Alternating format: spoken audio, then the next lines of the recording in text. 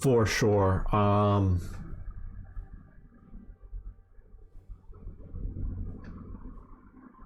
How do I put this?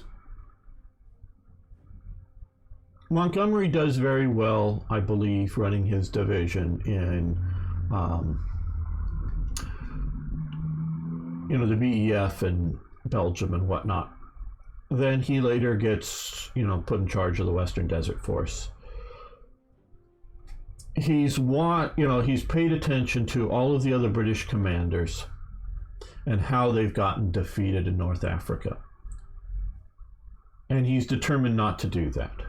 So he builds up his force until he's sure of victory. The Germans attack in the First Battle of El Alamein, get stopped in their tracks, basically, and then the Second Battle of El Alamein is basically Montgomery's counterattack. That happens more or less in conjunction with Operation Torch, which we're, of course, doing sort of the follow-on here. And then he does a slow pursuit of Rommel that allows Rommel and the motorized forces, basically, of the Italians to retreat. He does scoop up a lot of unmotorized forces, like Ramke's paratrooper unit that had been set up to go after one of the units to go after Malta, but that operation gets canceled, so his unit gets sent down to North Africa. Well, they're basically unmotorized. Well, they start to retreat anyways, and they find either a British supply column and or a British hospital. I think it's a British hospital.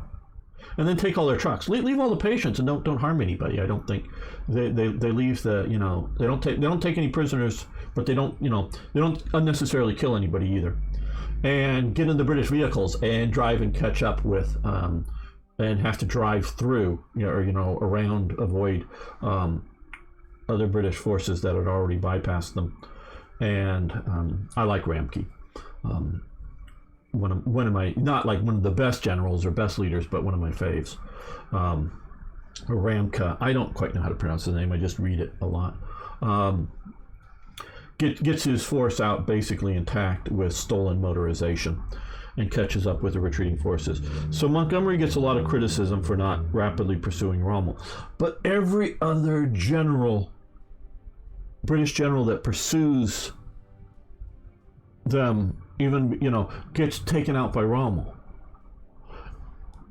Now, we looking back at it at hindsight to realize that it's a defeated force, and sure, they might sting the lead elements in the attack. They're a spent force by the time. We know that now, but again, warfare is partially perception. So he doesn't feel he needs to make that mistake. So he's going to methodically follow up, make sure of his supply lines. And so, yes, they get into Tunisia. Is that Montgomery's fault? Well, Montgomery allows it to happen, but is it his fault? Well, why couldn't the Americans and the British get to Tunisia first, necessarily? Why couldn't they have done a landing in Tunisia as part of Torch or whatever else? Had you gotten into Tunisia, that would have put Rommel and the rest of the Italians into a bag that wouldn't have been effectively being able to be reinforced and just would have been taken out. And so we look back on it and see that pursuit as being too slow. We see yes, Market Garden was a bridge too far, and there's no point in taking two of the bridges if you don't take the third one, because the point of Market Garden was to open up a northern crossing of the Rhine effectively to allow a northern hook around into Germany with a mechanized motorized forces, and not try to do it on a pontoon bridge or do it in a haphazard way, but in a very effective, supportable way. And yes, it's a bridge too far for that. So there is no point in doing two bridges. You need to do three or you don't do it. So yeah, perhaps he was defensive. Yes, to some degree, but I wouldn't put him entirely in that kind of he uses that because I think that is a necessity for him. where we see, and I'm also a big fan of Wellington, as I think you Beam Slam knows, where we see that's more Wellington style. I think it's just learned lessons, so we, and there just isn't a desperate need to do other things. Whatever was often used, at least after D-Day, to hold German forces in place. He did flanking attacks, but he got chewed up in the press, as the Allies obviously wouldn't reveal their strategy. Yeah, I think that can be fair too. Is it true that the British fought with Germans at least that time for 5 years? They were, yes, because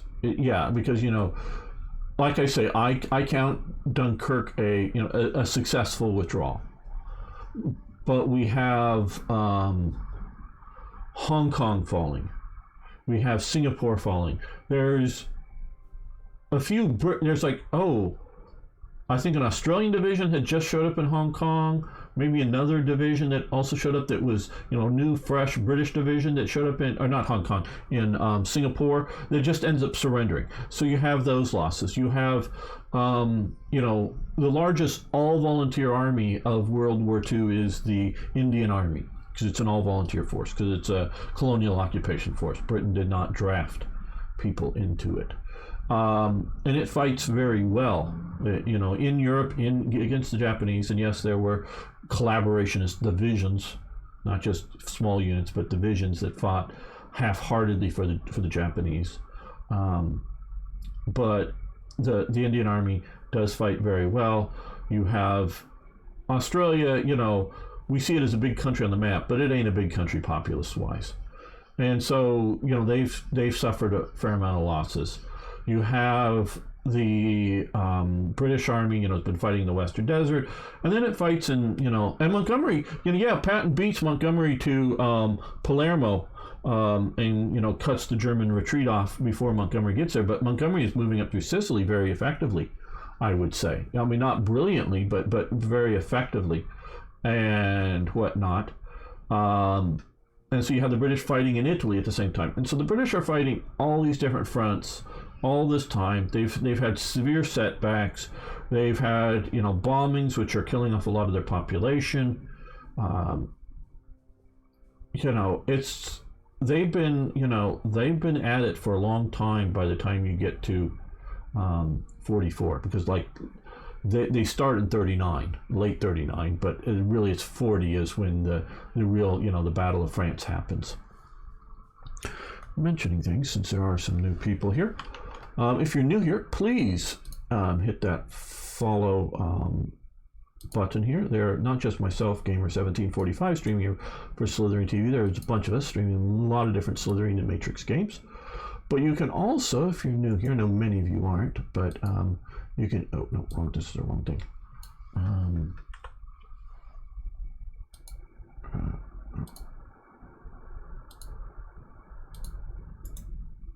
Copy, we'll paste this here.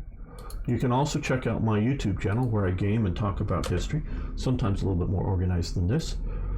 And I stream for myself on the weekends on Twitch, so you might want to follow my Twitch channel. There, we're still going to continue here, but I just want to promote myself up a bit for you guys.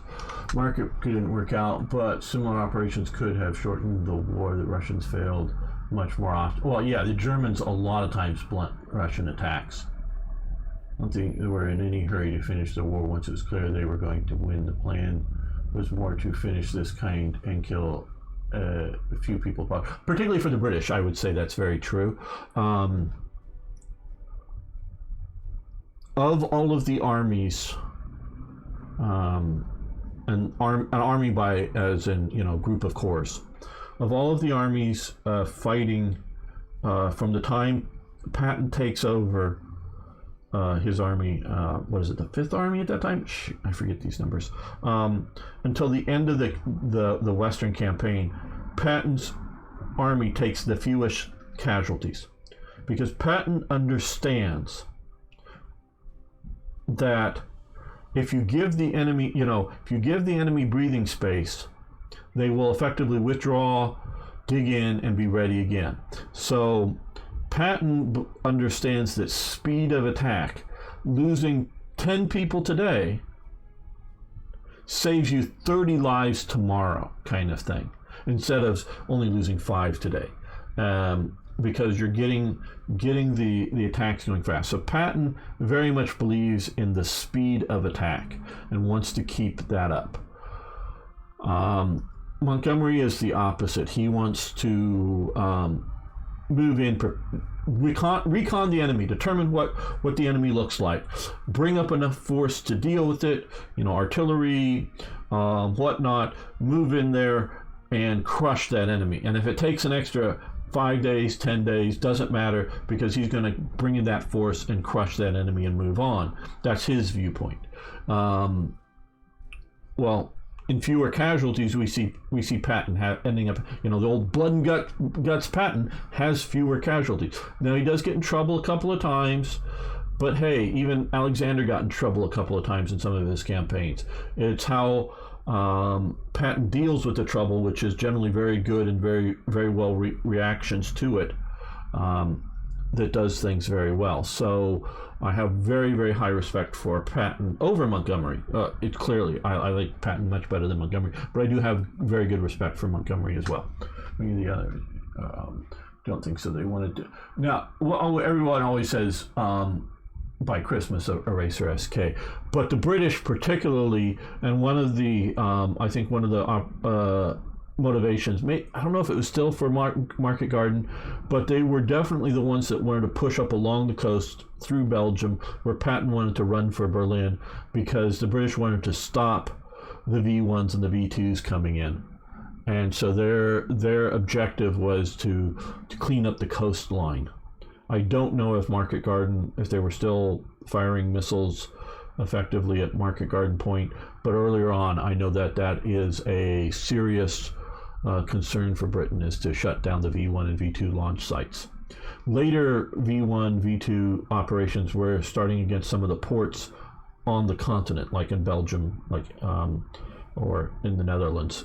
They were using there as disruption weapons for the supply points. But that was a serious consideration for them. Okay, yeah, we need to keep moving these guys forward. Okay, we're not going to move, well, let's see. Yes, we're not going to move you this turn, because we're going to reinforce you. Okay, everything is a hierarchy of what I want to move forward. Okay.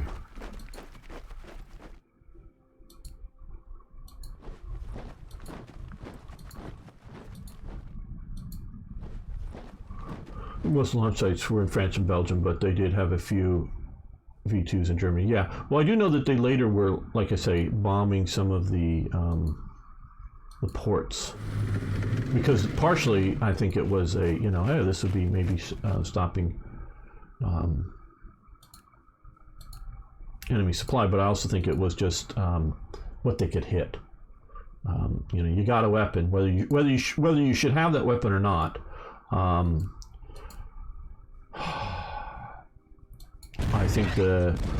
I think ultimately the V1 and the V2 programs were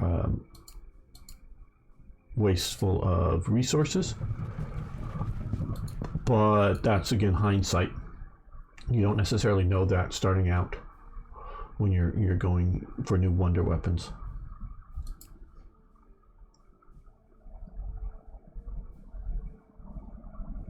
Okay, did we? Yeah, okay.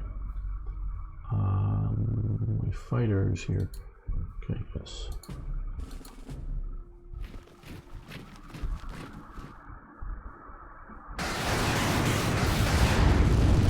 What's the Free French hurting them?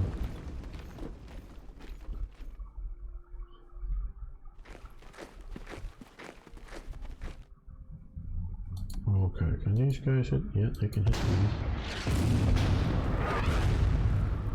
Yeah, Italians.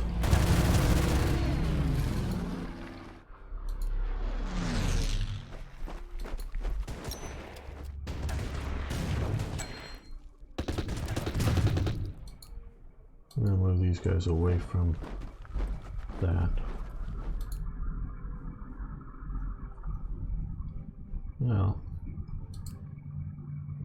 So the Germans are going to do very well against my tanks attacking across that bridge.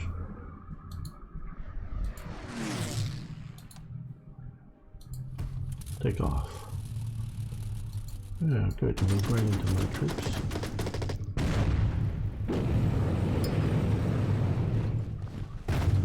That is not the result I wanted. Maybe it's the result I get.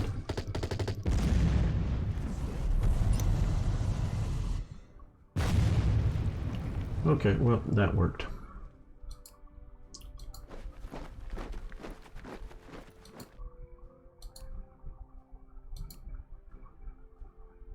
We're not crossing that bridge.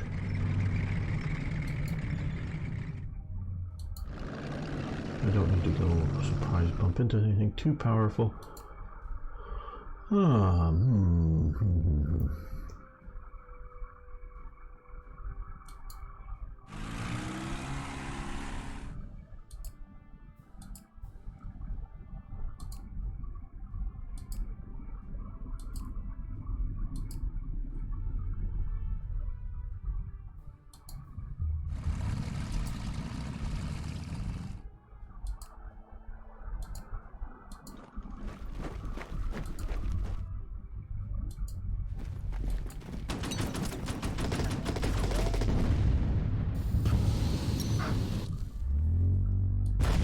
We're going to push you into the air for next turn to be able to use you as an artillery piece.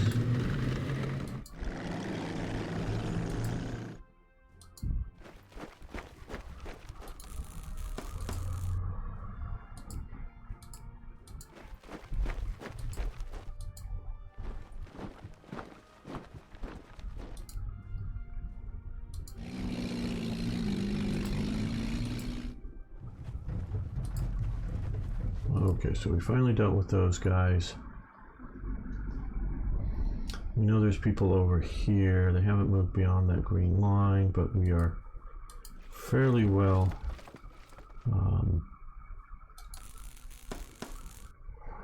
you know, dug in, got artillery. We're going to hold there. I'm playing this just on standard difficulty, partially because, hey, I'm a streamer, I got to look good doing this, but I also got to do this while talking to you, and I just want to show off the basics of this. So if you want to play it on a bit harder difficulty, please do so if you think that we're maybe leaning a little too easy or something.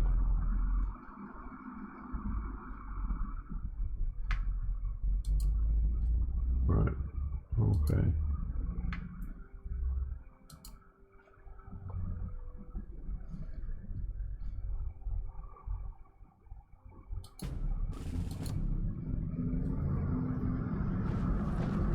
Oh, they're withdrawing across the bridge. Why did they do that? They knew I was over there. I had an anti-tank gun. All I had were tanks up there.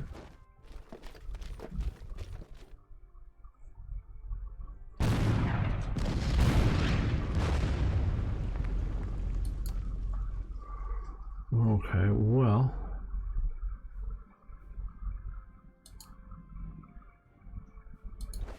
Right, is this one when you come after the anti-tank? Oh, what?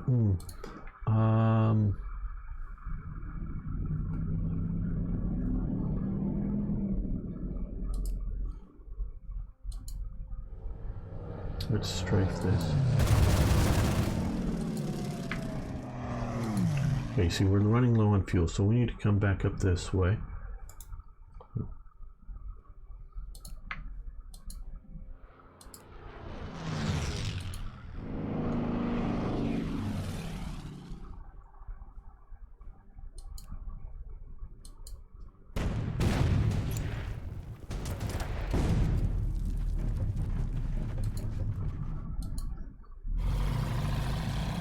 These are those Nobo office. Patton's doing a bang up job.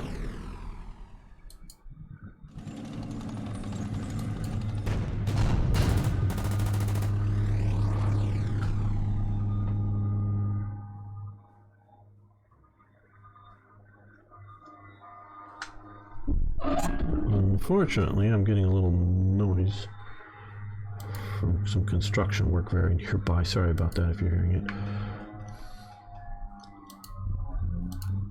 I gotta look into why my normal noise cancellation software is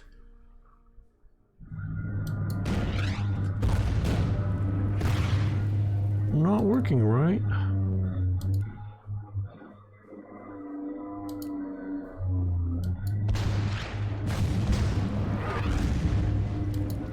That was what was not seeing a microphone that was making it into the stream, so you didn't hear me. Yes, hello, Banana. Ooh, yeah, it's available for consoles if you're a console player. I'm just a PC player. And the base game is free on PC. You have to buy the Blitzkrieg campaign to start it out for the consoles. But as Beamslam's saying, it's a free base game, so you can get into it. And the first mission, and for the PCs, the first mission of each one of the DLCs is free to play to try it out. It is very comparable to Panzer Corps 1. In some ways I like this better, in some ways I like Panzer Corps 1 better. They're close. There's going to be, I think, just one more DLC. The third DLC for the Allies campaign. I think that's it, but I'm not sure on that for this one. And so there's a bunch of campaigns from like for the Pacific, from the Japanese side and from the American side, and Soviet side campaigns, German side. Really good. You got to play, if you're doing the Allies campaign, you're going to play it from the Allies perspective. You don't get to play the other side. So it's really good in that sense. If it's the type of game that sounds like German radio disruption, very well could be. It's a sander. There's sanding very near me, and I normally have the NVIDIA's broadcast studio thing that kills background noise, but that's what was not picking up my microphone today, and I got to go in and tweak that out, but not live. So I'll get that fixed for next time, hopefully. Probably there was an update or something and it didn't like it. I don't know. Okay, you can't attack into the mountains, so we're going to send you over here to just reconnaissance. But you can attack into the mountains. You're going to get support from this other unit here.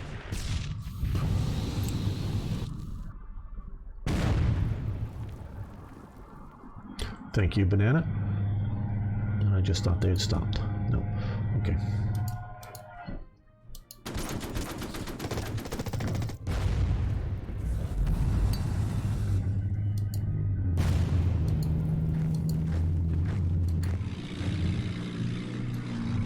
Okay, fortunately this move here did not... I don't know why they even did this move here, because... yeah, they got AT guns, but I'm not going to let them just sit there. It's going to be maybe a minor hit on me, but now I'd rather, quite honestly, just take this unit fully out instead of having it get repaired. And no, it doesn't quite cut off supply, but it is definitely limiting their potential here. Okay, well, I don't know if we're going to need these guys, but keep them moving. You never know, warfare things.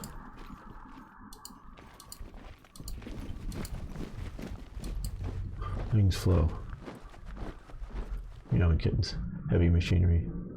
Yeah, sounds okay for combat, I'm sure. Okay, so I'm liking this operation so far. We haven't got that back. Okay, well, let's repair some of you guys.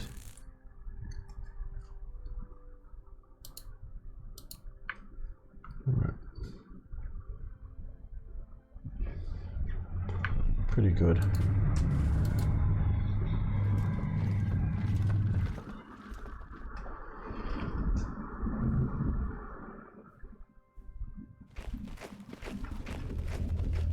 This is a serious war game. It's just not quite as serious or technical or something as like War in These Two, which you saw before this stream.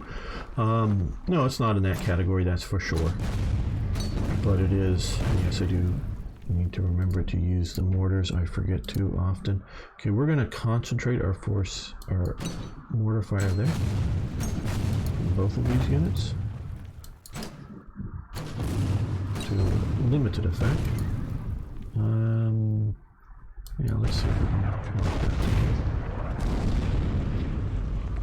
That's one of those Martyr 3s that is a 38T that they just pulled the turret off, and they took an actual Soviet 76mm gun and put it on it and sent them to North Africa. That was, I think, the first use we, the West, encounter with them, I believe. I don't know if they were used earlier against the Soviets, but...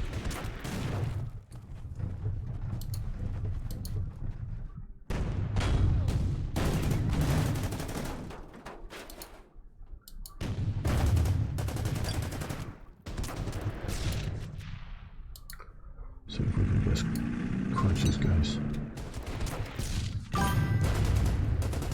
Hey, thanks for following. Do appreciate it.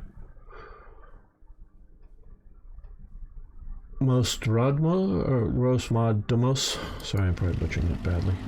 Oh, I came to play against my 50 cal armed jeeps. Boom, boom, boom. Okay, we're gonna have to get up in there into the mountains to take that. Yeah, keep moving along the road. Move up along the road. I'm not sure if they manufactured ammo for it. I've often wondered about some of that. I quite honestly don't... Like I say, there's a lot more I don't know about World War II than I do. For another game, for another company, I made a very significant mod looking at the Third Reich. So I've studied a lot of this in moderate detail. I do know that, like, for the Spanish Civil War, Germany goes into large-scale production of 7mm Mauser, the Spanish caliber. They may even turn out rifles in that caliber, and they're eventually sending about as much ammunition to the Republican side as they're sending it to the nationalist side. Gone into some of the details there. It was a buddy of Goering's that was running the operation, and he bought ships that were flagged in other nations. He had 3 of them running supplies through the blockade to the nationalists. But I think it was both. I know it was both weapons and munitions, bullets, shells, whatever, to the nationalists, and I think it was just ammo to the Republicans. Goering and all the high-ups knew about this. This wasn't secret from them. Generally a public secret, yes, but from them it wasn't secret. So they were producing 7mm Mauser. German is either called 8mm Mauser or 7.92 millimeter Mauser, how specific you want to get on titles. But I don't know if they produce like a 7.62 by 54R. They use huge numbers of the weapons. I mean, divisions literally armed with those weapons in that caliber. I know they captured huge stocks of that ammo. I just don't know if they produced it. That's something that I don't know. Yeah, the good old Willie Jeep. Point, I remember reading the Soviets engineered their aircraft to use captured NATO weapons and fuels and tanks and so forth. Interesting. So yeah, I just don't know how much they produce that. And things like that I'm actually trying to look into, generally speaking. So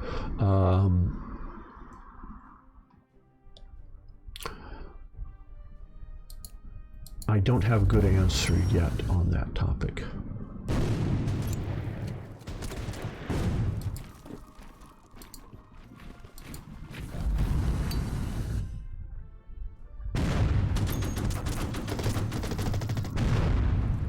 Okay, they're down.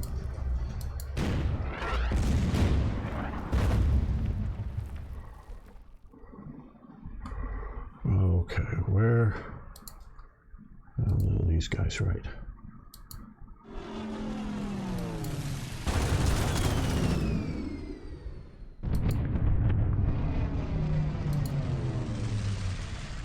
Well, I guess right now is withdraw. They're low on ammo. Well,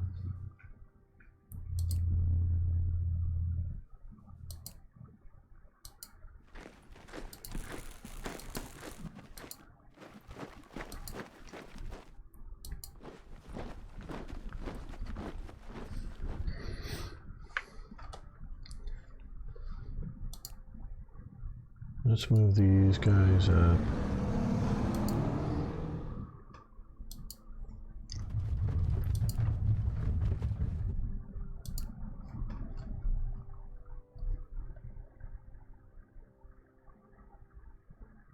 Right.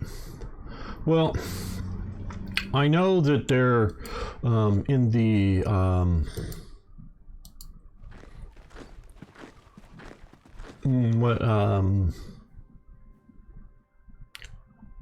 in the tertiary markets, or whatever you want to call it. There has been a lot of outside of NATO and outside of Warsaw Pact nations back in those days, there was a lot of selling of aircraft to not always third world countries. I don't mean it to be like third world countries, but I mean it to not necessarily non-aligned, but to places like India and Pakistan, selling them things like a MiG-21 or whatever, and them later buying some NATO air-to-air missiles or something and mounting them on them or something. So I know there was a lot of that going on. So yeah, I'm not surprised. We'll keep him here to be flexible. Go this way or up to this way, but it looks like they're going to stay there. So we've got that. You are flying to land and get landed before you run out of fuel. Our fighters today, they did not do an airstrike this turn. Well, we'll fly over. Yeah, we'll fly and strike these guys. I know they're weaker, but we'll just mess with them a bit. We'll fly down here, take a look around.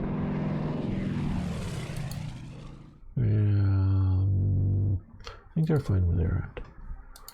You guys, yeah, well, okay, we'll move you to there. He's going to get shot at by artillery, but it does sort of help cut off these forces a bit more. Here. The US sells F-35s to places like Switzerland and Sweden, which are ostensibly neutral. Yes, absolutely. Whether, and I wouldn't, there's a lot of politics going on, and of course the Cold War era, and not all of them are direct Cold War politics. It's a lot of local issues as well, as to who supports what side.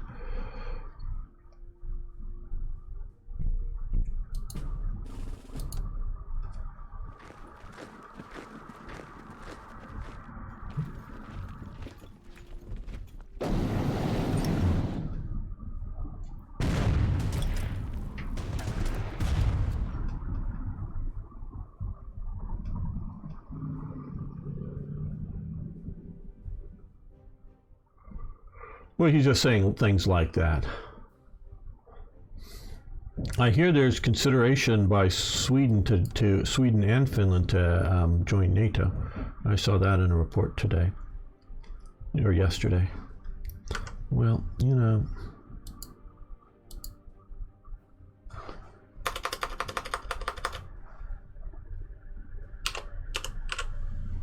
that's a lie. 07. Let's save this. Okay, guys, we've gone over time, which I do enjoy hanging out with you, but need to bring this to an end. I'm going to again plug my channel for those of you new here. I'm Gamer1745. Very happy to be here, and if you haven't already, please follow the Kasserine channel. But you can subscribe to my YouTube channel to get more gaming videos where I talk about history. while playing. And I stream for myself on the weekends. So you can follow my Twitch channel there. Really do appreciate it.